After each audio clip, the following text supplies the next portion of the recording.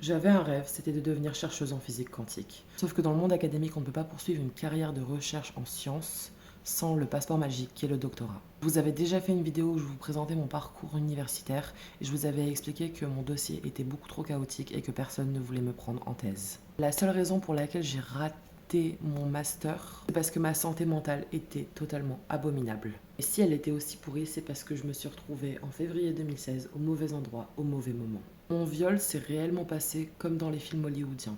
Un inconnu qui m'a kidnappée au milieu de la nuit, qui m'a violée, tabassée, reviolée et abandonnée au milieu de nulle part. Même si la justice a été faite, même s'il y a eu une reconnaissance de mon statut de victime, que ce soit de la part des institutions ou de ma famille et de mes proches, bien les conséquences sur ma personne continuent encore 10 ans plus tard. Même si je me suis relevée et que je vais de l'avant, eh bien il y a des démons beaucoup trop anciens qui m'entravent et me retiennent. Je suis persuadée que rêver est quelque chose de bien. Et parfois, il ne sert à rien de vivre dans une illusion et il faut savoir lâcher prise. J'en ai marre de vivre dans les regrets. Je ne veux plus que ce drame dicte ma vie aujourd'hui. Alors oui, j'avais un rêve et il ne se réalisera probablement jamais. Mais c'est pas pour autant que je vais en être malheureuse. Je ne vais plus en être malheureuse. Je ne serai jamais une physicienne de renom qui fera des conférences dans des grandes universités dans le monde. Je ne publierai plus d'articles scientifiques. Et je ne trouverai plus le sens dans mon travail de chercher à comprendre les lois primordiales de la nature. Mais petit à petit, je me comprends de mieux en mieux. Je vis de mieux en mieux.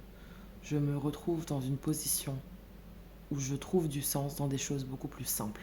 Il n'y a pas besoin d'avoir un prix Nobel pour avoir de la reconnaissance, de la fierté personnelle. Donc quand je dis que j'abandonne mon rêve, je le dis pas avec tristesse, je le dis avec soulagement.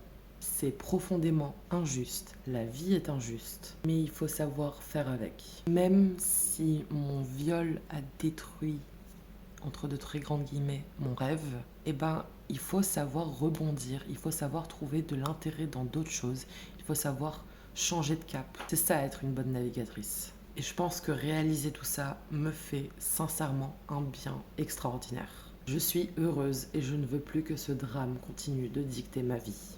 Merci de m'avoir écouté, je vous fais de gros bisous.